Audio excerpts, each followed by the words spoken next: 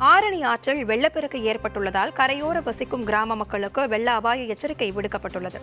ஆந்திர மாநிலம் பிச்சாட்டூர் அணையிலிருந்து வினாடிக்கு 7300 கன அடி உபரி நீர் வெளியேற்றப்படுகிறது.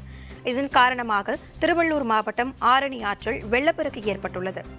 இதன் காரணமாக ஆரணி ஆற்றின் கரையோரம் வசிக்கும் ஊத்துக்கோட்டை முதல் பழவேற்காடு வரை சுமார் 60க்கும் மேற்பட்ட கிராமங்களுக்கு திருவள்ளூர் மாவட்ட நிர்வாகம் வெள்ள அபாய எச்சரிக்கை விடுத்துள்ளது.